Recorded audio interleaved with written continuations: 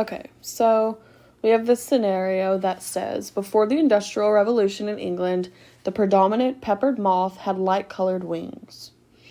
So after the Industrial Revolution, more dark-colored moths appeared until they were the dominant form of the moth.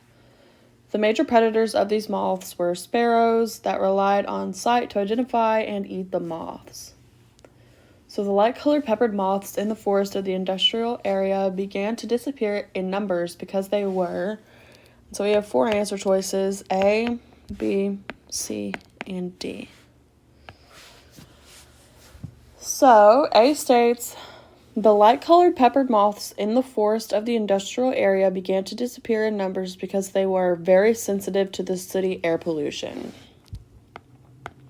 So this is incorrect because they would kill both populations of moths and not just the light-colored ones.